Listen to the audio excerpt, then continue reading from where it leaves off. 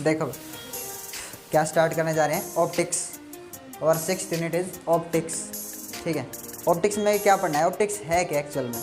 It is the branch of physics in which we studies, किसके बारे में पढ़ते हैं? The behaviour and nature of light. Physics की वो वाली ब्रांच जिसमें हम लाइट के बिहेवियर से रिलेटेड जो भी स्टडी करते हैं कि लाइट क्या क्या बिहेवियर और किस टाइप का नेचर शो करती है, तो वो ऑप्टिक्स है बेटा। ठीक है, और 10th क्लास में भी अगर आप पढ़ चुके हो तो लाइट का हमें पता है डुअल नेचर है। ठीक है, डुअल नेचर के बेसिस पे लाइट को यानी कि ऑप्टिक्स इस यूनिट को 2 पार्ट्स में डिवाइड किया गया है। ठीक है, लाइट का डुअल नेचर पता है क्या आपको? लाइट स्ट्रेट भी चलती है स्ट्रेट लाइन में, और एज ए वेव भी बिहेव करती है। लाइट एक इलेक्ट्रोमैग्नेटिक वेव है, 10th क्लास में आ चुका होता है ये। तो उस बेसिस पे, डुअल नेचर के बेसिस पे ऑप्टिक्स जो है ना, लाइट जो बिहेवियर शो करती है स्ट्रेट नेचर, तो उसके बेसिस पे ऑप्टिक्स को रे ऑप्टिक्स में डिवाइड किया गया है, रे ऑप्टिक्स। और लाइट बेंड करती है यानी कि मुड़ती है एज ए वेव ट्रेवल करती है, तो उस बेसिस पे वेव ऑप्टिक्स बन गई भाई।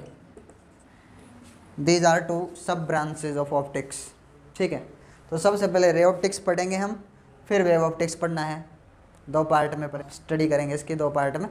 पहली चीज़, रे ऑप्टिक्स में आपको क्या क्या टॉपिक्स मिलने वाले हैं? रे ऑप्टिक्स में कौन कौन से टॉपिक आपको पढ़ने हैं? पहली चीज़, लाइट क्या क्या बिहेवियर शो करती है, रिफ्लेक्शन हो गया। ठीक है, पहला चैप्टर रिफ्लेक्शन ऑफ लाइट ही है, reflection of light. Second chapter जो स्टडी करना है हमने, that is refraction, refraction of light. And third chapter is dispersion, dispersion of light. और हमारा जो 4th चैप्टर है, लास्ट चैप्टर है ना रे ऑप्टिक्स का, last chapter is optical instruments.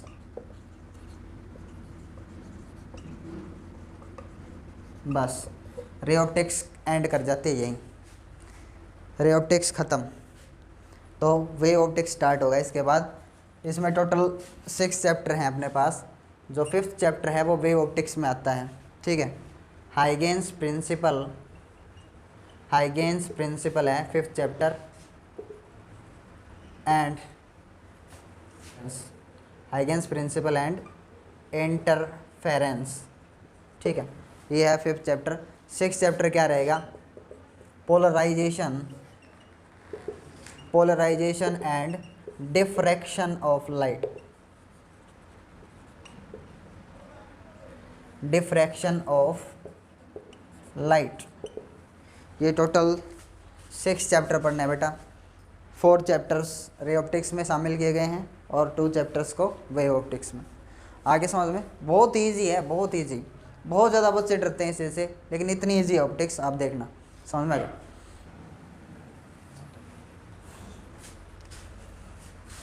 चलो भाई, रे ऑप्टिक्स स्टार्ट करते हैं अभी। और रिफ्लेक्शन ऑफ लाइट हमने पढ़ना है। रिफ्लेक्शन क्या है? What is reflection? Reflection of light.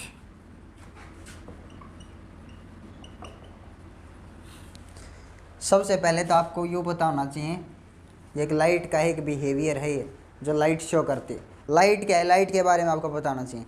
Light is a form of energy. ठीक है, light is a form of energy. और लाइट अगर किसी सोर्स से निकल रही है, ठीक है, देखो क्या होता है, ऑब्जेक्ट आपको 2 ही तरह से दिखाई देते हैं। या तो वो ऑब्जेक्ट आपको दिखाई देंगे जिनकी खुद की लाइट होगी, खुद का प्रकाश होगा, या फिर वो ऑब्जेक्ट आपको दिखाई देंगे जो दूसरे की गिरी हुई लाइट को अपने ऊपर गिरी और उसको रिफ्लेक्ट किया। ठीक है ना, सबसे इम्पोर्टेंट चैप्टर है ये इसलिए क्योंकि दुनिया में जो भी चीज़ आपको दिखती है उसके पीछे एक ही फिनोमिनन है। क्या है? Reflection of light. समझ में आएगा? मैं आपको दिख रहा हूँ या बोर्ड आपको दिख रहा है, इस रूम में कोई भी चीज़ आपको दिख रही है, क्या रीज़न है उसके पीछे? Reflection of light. समझ में आएगा?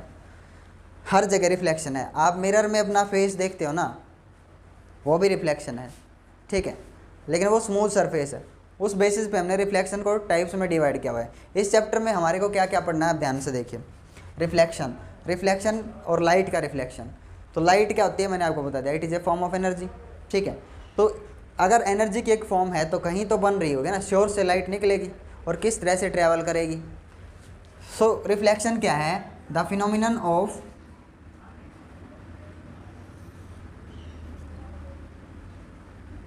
लाइट का फिनोमिनन, क्या phenomenon?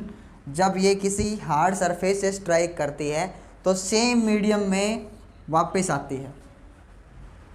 The phenomenon of striking off light when it is strike with harder surface it bounce back in same medium, this is called reflection of light.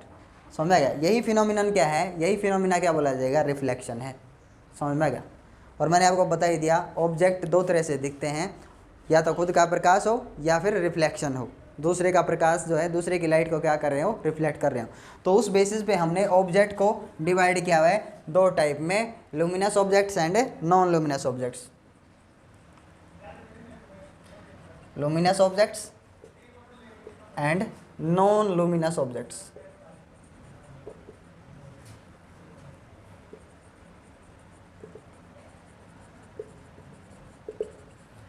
जिनकी खुद की light होती है वो लुमिनस ऑब्जेक्ट्स कहलाते हैं। लुमिनस सच दैट सन हो गया, टॉर्च हो गई,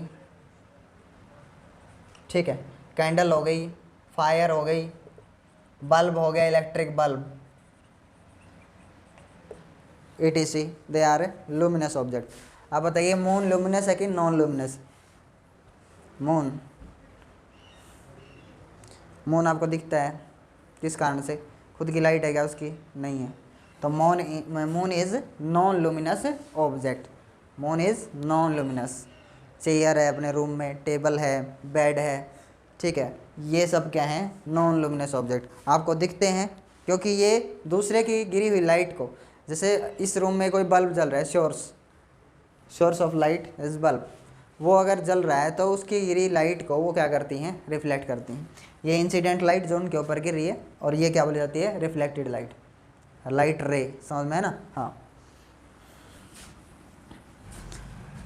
अब ये जो रिफ्लेक्शन आप देखते हो ये दो टाइप का होता है। Types of reflection, types of reflection.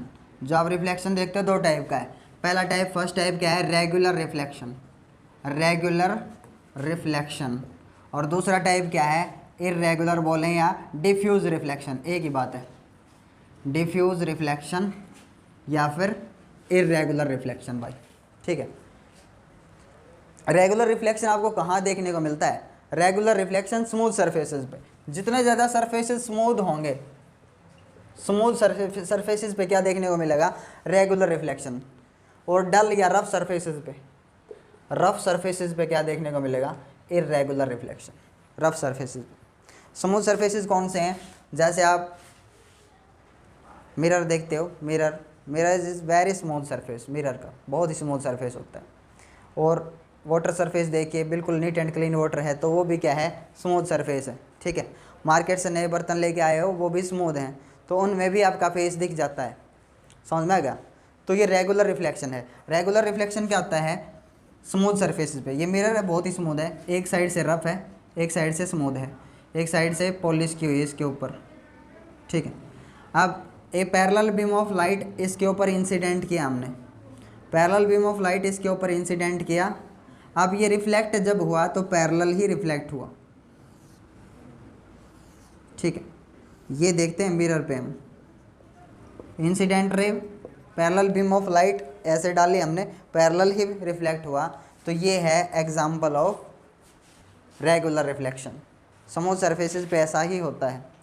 और जो रफ सरफेसेस होते हैं, जैसे दीवार हो गया अपना, टेबल, चेयर, सोफ़ा, etc, तो उन पे ये थोड़े से रफ सरफेस होते हैं, स्मूथ सरफेस नहीं होते। इन पे पैरेलल बीम ऑफ लाइट आप डाल तो दोगे, पैरेलल बीम ऑफ लाइट आपने इंसिडेंट किया इसके ऊपर, लेकिन जब ये स्ट्राइक करेंगे यहाँ पे रिफ्लेक्ट पैरेलल नहीं होंगी, इंसिडेंट पैरेलल एक दूसरे के। और जब ये रिफ्लेक्ट होंगी तो कोई किसी डायरेक्शन में, कोई किसी डायरेक्शन में, कोई किधर, कोई किधर। और यही क्या है? Diffuse reflection. जो स्मूथ सरफेसेस होते हैं उन पे रेगुलर रिफ्लेक्शन, रफ सरफेसेस पे डिफ्यूज रिफ्लेक्शन। स्मूथ सरफेसेस पे हम अपना फेस देख सकते हैं क्योंकि सरफेस स्मूथ है, रेगुलर रिफ्लेक्शन है वहाँ। और जो डल सरफेसेस होते हैं, रफ सरफेसेस, जैसे दीवार पे अपना चेहरा थोड़ी ना देख सकते हैं हम, वो तो रफ सरफेस है, तो रफ सरफेसेस डल रिफ्लेक्शन शो करते हैं। या डिफ्यूज रिफ्लेक्शन शो करती हैं।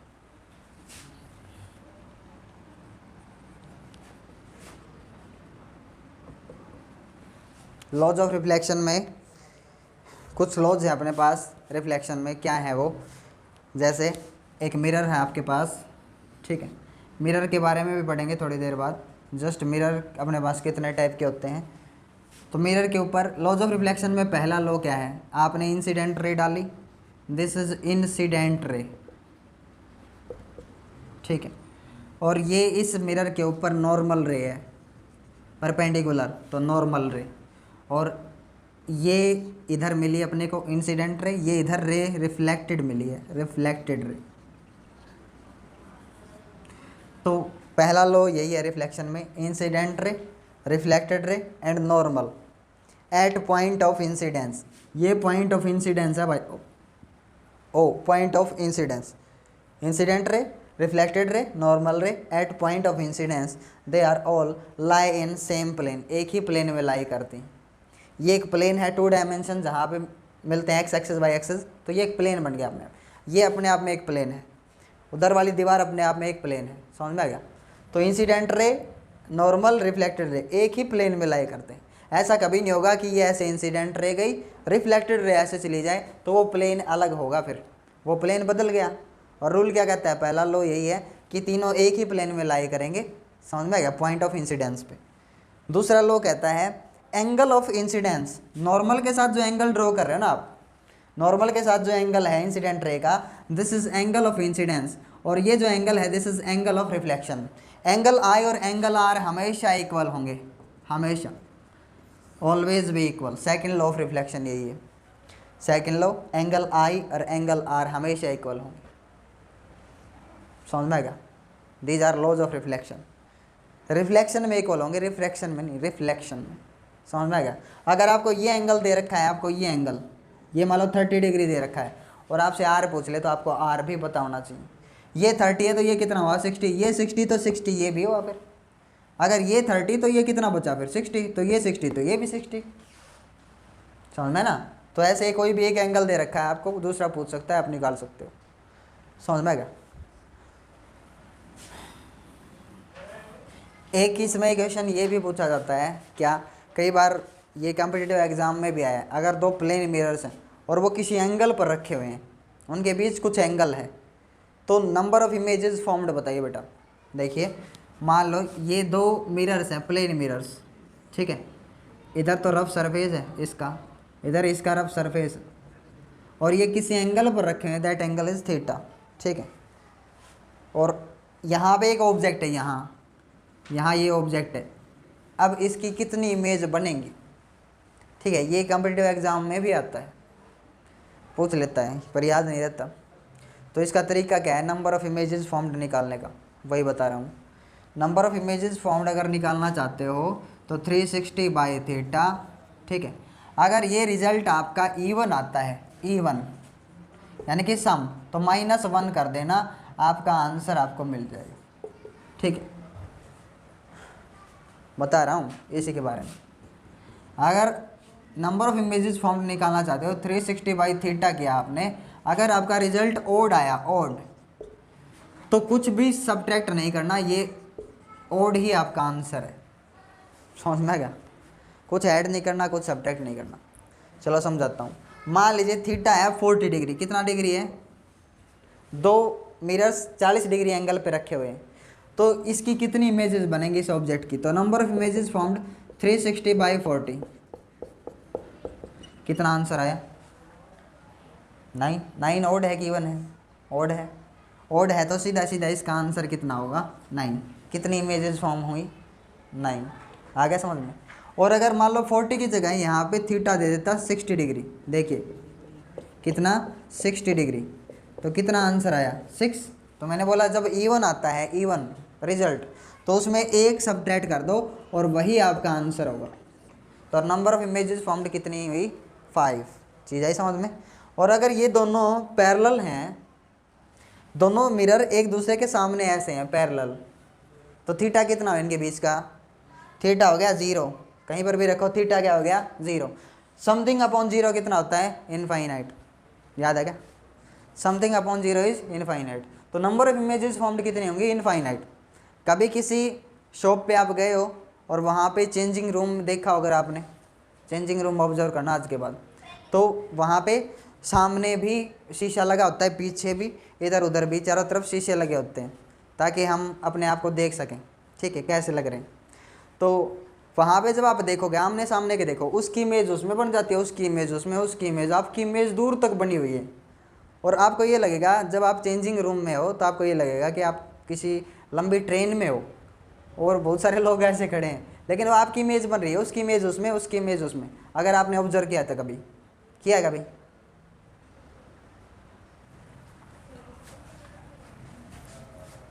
अब देखो रिफ्लेक्शन के लिए स्मूथ सरफेसेस चाहिए, यानी कि मिरर्स। रिफ्लेक्शन हमने पढ़ना है थ्रू द मिरर्स।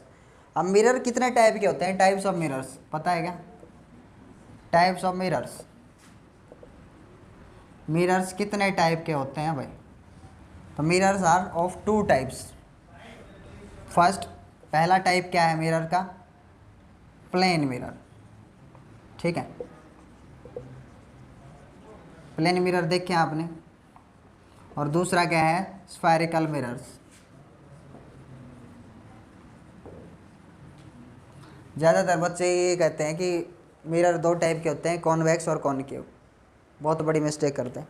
ये दो टाइप है मिरर्स के, स्फेरिकल मिरर्स के टाइप है वो, कॉनकेव एंड कॉन्वेक्स मिरर, ठीक है। तो प्लेन मिरर तो बहुत ही सिंपल है, इसको हम पढ़ ही लेंगे, कोई बात नहीं है। प्लेन मिरर में इमेज का फॉर्मेशन कैसे होता है, आसान सी चीज़ है। बेसिकली हमारा फोकस किसके ऊपर रहेगा? स्फेरिकल मिरर्स के ऊपर इस चैप्टर में। स्फेरिकल मिरर्स कितने टाइप के होते हैं बेटा? दो टाइप के, पहला कॉनकेव मिरर और दूसरा कॉन्वेक्स मिरर, ठीक है। तो पहचानेंगे कैसे? एक्चुअली इनको स्फेरिकल मिरर्स बोला क्यों गया? क्योंकि ये स्फीयर के पार्ट होते हैं, स्फीयर के, एक फुटबॉल है, ये समझ लीजिए। पहले तो ये समझिए स्फेरिकल मिरर्स बोला क्यों गया है। एक स्फीयर होता है, स्फीयर, ठीक है, जिसका एक सेंटर होता है कि नहीं। इसको कट कर लेते हैं ऐसे, ठीक है, और इसको निकाल लिया, इस पार्ट को निकाल लिया काट करके।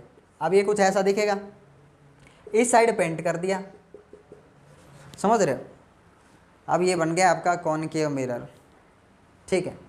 अगर आप इस हिस्से को काट लेते हो, भले इसको उल्टा कर लो चाहे ऐसे, इस हिस्से को काट लेते हो ऐसे, और इस साइड इसको निकाल करके पेंट कर लेते हो, निकाल लिया हिस्सा और इस साइड पेंट कर दिया। अब इसका रिफ्लेक्टिंग सरफेस पहले वाले का तो अंदर की तरफ धसा हुआ है और इसका रिफ्लेक्टिंग सरफेस बाहर की तरफ उभरा हुआ है, समझ में ना? स्मूथ सरफेस बाहर की तरफ और इसका अंदर की तरफ। तो यही है कॉनकेव और कॉन्वेक्स मिरर्स। पर याद तो नहीं रहते, तो मैंने आपको बता रखा है, आप एक याद रख लो, दूसरा अपने आप याद रह जाएगा, ठीक है। केव, केव का मतलब है गुफा, ठीक है, बार बार बोलता हूँ मैं। गुफा अंदर की तरफ जाती है या बाहर की तरफ, ठीक है। तो याद रखने का तरीका ये, जैसे ये पार्ट काट लिया था आपने, जैसे मैंने बताया बेबी, और इसके इस साइड पेंट कर दिया, तो जिसका रिफ्लेक्टिंग सरफेस अंदर की तरफ धसा हुआ हो, केव, अंदर की तरफ धसा हुआ हो, तो वो क्या बोला जाएगा? कॉनकेव। सबसे बड़ी समस्या है इसको याद रखने में, एक याद रख लो, दूसरा अपने आप याद रह जाएगा। कॉन्वेक्स क्या होगा? इसका उल्टा, जिसका रिफ्लेक्टिंग सरफेस बाहर की तरफ हो, अपनी साइड उभरा हुआ हो, क्या बोला जाएगा? Convex mirror. कोई डाउट है? इतना क्लियर होगा तो ही चीज़ें आज आप जो भी चीज़ आप समझोगे आज वाली वो आपको समझ में आनी है, ऐसे अदरवाइज समझ में नहीं आएंगी। क्लियर हुआ? हाँ, अब इसके कुछ इंपॉर्टेंट पॉइंट्स हैं। स्फेरिकल मिरर्स में सेंटर होता है, पोल होता है, कुछ पॉइंट्स हैं जो आपको हमेशा याद रखने होंगे। एपर्चर होता है, क्या होती हैं ये सारी चीज़ें। प्लेन मिरर में तो ये सारी चीज़ें नहीं होती, ठीक है, या फिर प्लेन मिरर के केस में भी बताऊंगा आपको, टेंशन मत लो। अगर इसी को प्लेन कर दें भाई, अगर आप इसको ऐसा देखो, ये इसका एक सेंटर है कि नहीं, सेंटर है इस कर्वेचर का, तो ये क्या बोला जाएगा? Centre of this curvature. अगर इसको प्लेन कर दो तो इसका रेडियस कितना हो जाएगा? इनफाइनाइट। सोचिए, अगर ये प्लेन है बिल्कुल तो कहाँ मिलेगा ये सेंटर? इसका मिलेगा ही नहीं, मतलब इनफाइनाइट दूर जा करके तब ये मुड़ेगा फिर। तो प्लेन मिरर का रेडियस कितना होता है? इनफाइनाइट। समझ में आ गया? और ये एपर्चर क्या होता है फिर? सेंटर तो समझ में आ गया, एपर्चर क्या होता है? एपर्चर होता है जो इसका साइज़ है ना, ये जो साइज़ है ना इसका, ये बोला जाता है एपर्चर। आगे समझ में? इसका जितना साइज़, जितना हिस्सा आपने काट लिया है, वो वाला डायमीटर क्या है इसका? एपर्चर, ठीक है, ये एपर्चर है भाई। और ये अपर्चर भी 2 टाइप का होता है। अभी मैंने जो ड्रॉ किया था ये लीनियर अपर्चर है, लीनियर।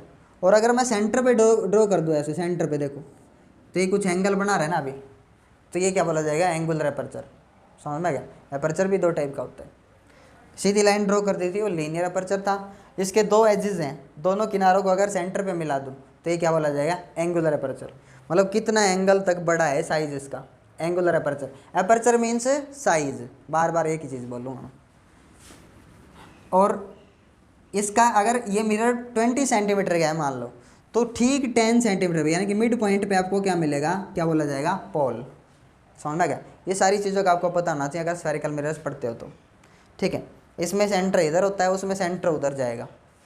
देखो आप इस चीज़ को, इसको आप ऐसे कंप्लीट करो तो यहाँ होगा ना सेंटर इसका अंदर की साइड, रेडियस इसका अंदर की साइड। ठीक है, और पोल तो चलो यही मिड पॉइंट पे रहेगा पोल, वैसे ही इसका मिड पॉइंट क्या रहेगा, पोल। समझ में आ गया। तो फिर से एक बार स्टडी करते हैं जो इंपॉर्टेंट चीज़ें इसमें। कॉनकेव मिरर पढ़ते हैं सबसे पहले।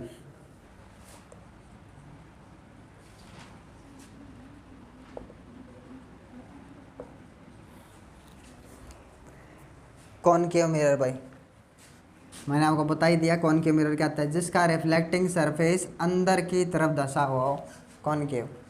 और अगर आप इसका कर्वेचर को कंप्लीट करते हो ऐसे, तो इसका कहीं ना कहीं एक सेंटर होगा, that is called centre of this curvature. ठीक है, अब यहाँ कहीं इसका मिड पॉइंट होगा, दैट इज़ पोल। ठीक है, और पी सी को आप एक्सटेंड करते हैं एक लाइन से, this is called principal access.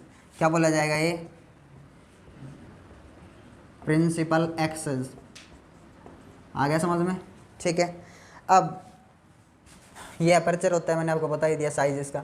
ठीक, पी और सी का मिड पॉइंट होगा एक बीचों बीच एक पॉइंट, उसका नाम होगा फोकस।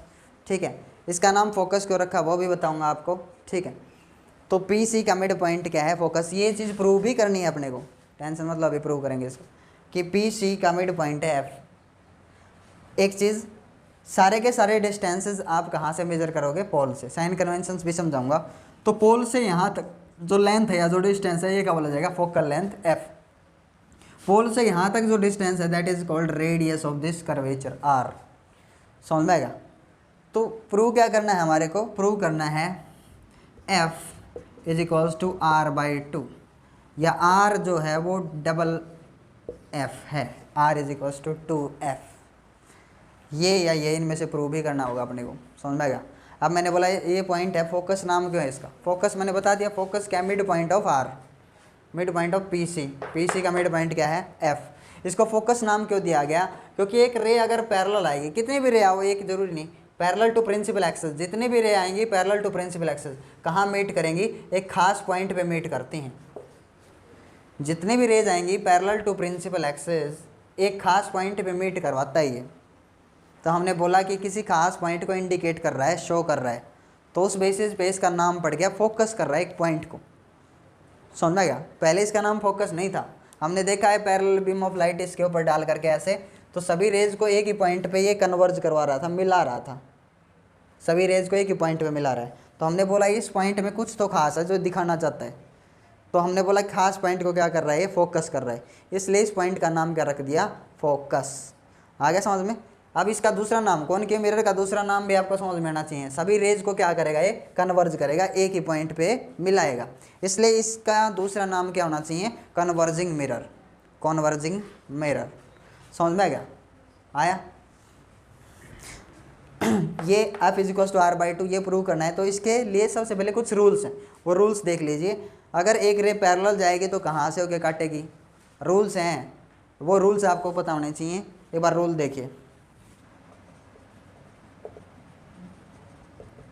ठीक है, कुछ रूल हैं 3 और 4, वो आपको याद रखने हैं। पहला रूल ये है, फर्स्ट रूल क्या कहता है, ये कॉनकेव मिरर आपका, ये पोल, इसको आप मिलाते हैं ऐसे तो कहीं ना कहीं सेंटर होगा, यहाँ होगा फोकस। पहला रूल ये कहता है अगर हम एक रे डालें पैरेलल टू प्रिंसिपल एक्सेस, कहाँ से होके गुजरेगी वो, फोकस में से, फोकस में से काट जाएगी। ठीक है, दूसरा रूल क्या है, दूसरा रूल ये है, इसी रे को उल्टा करो, अगर फोकस में से आप डालते हो तो फिर क्या हो जाएगी, पैरेलल, फोकस में से डाली तो फिर क्या हो जाएगी, parallel to the principal axis. तीसरा रूल क्या है रे डालने का, तीसरा रूल ये है कि अगर सी में से कोई रे डाल ली आपने, सी में से किधर से भी, सी में से भले आपने ऐसे डाल दी या कैसे भी डाल दी, लेकिन सी में से डाल दी तो वो उसी डायरेक्शन में रिफ्लेक्ट होगी।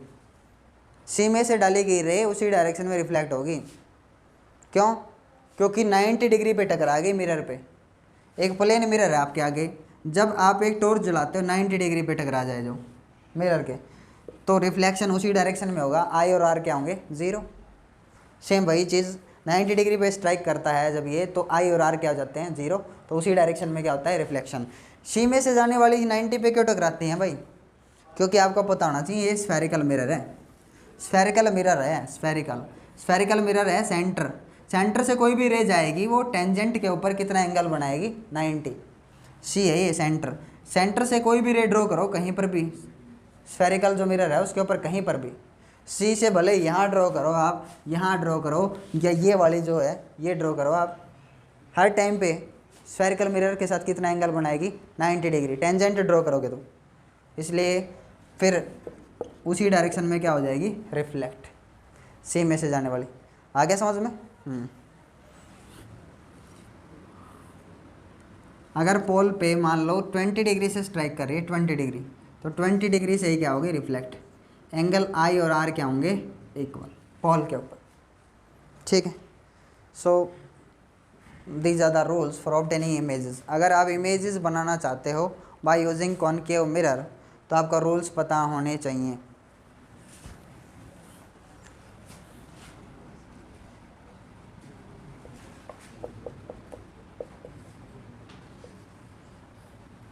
देखो प्रूव करना है हमारे को f equals to R by 2 है। देखो प्रूव करना है f equals to R by 2। So सबसे पहले दोनों मिरर्स का यूज़ करके प्रूव करना होगा आपको। किस मिरर का यूज़ करना है, सबसे पहले by using concave mirror. Concave mirror से प्रूव करना है भाई, ठीक है। कॉनकेव मिरर से प्रूव करेंगे, देखते जाओ।